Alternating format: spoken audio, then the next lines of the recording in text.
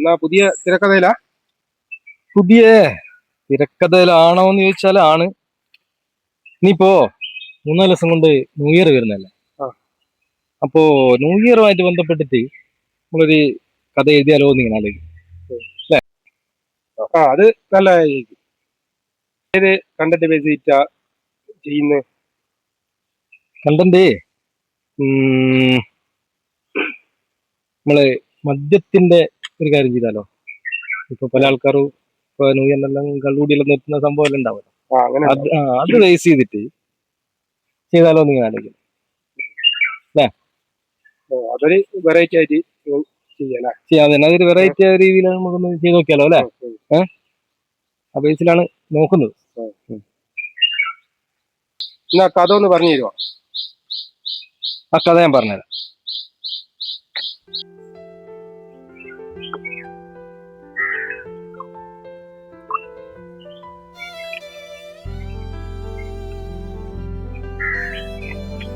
എന്റെ മുത്തേ,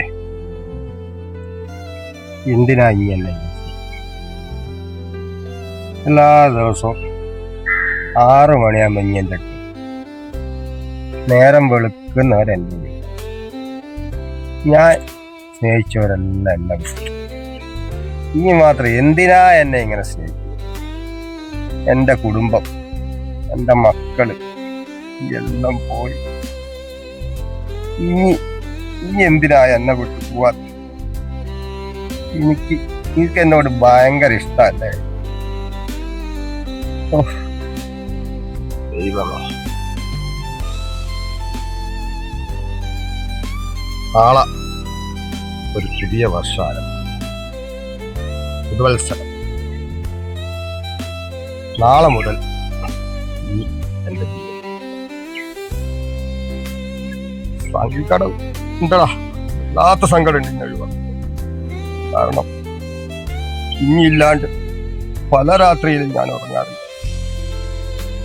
പക്ഷെ ഇനി മാണ്ടടാ ഇനി എന്റെ ജീവിതത്തിൽ. എനിക്ക് പുതിയ കമ്പനി വേണം, എന്റെ കുടുംബം വേണം, എല്ലാം വേണം. അതുകൊണ്ട് ഗുഡ് ബൈ. നമ്മൾ ഇന്ന് വിട പറയും. ഒന്നും എന്നോട് തോന്നും. ഓക്കേ,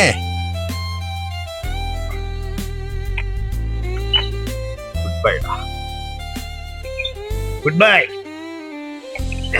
ഓ, ഇനി നമ്മൾ ജീവിതത്തിൽ കാണില്ല, കാണുകയില്ല, കാണരുത്. ഓ എവിടെയെങ്കിലും പോ.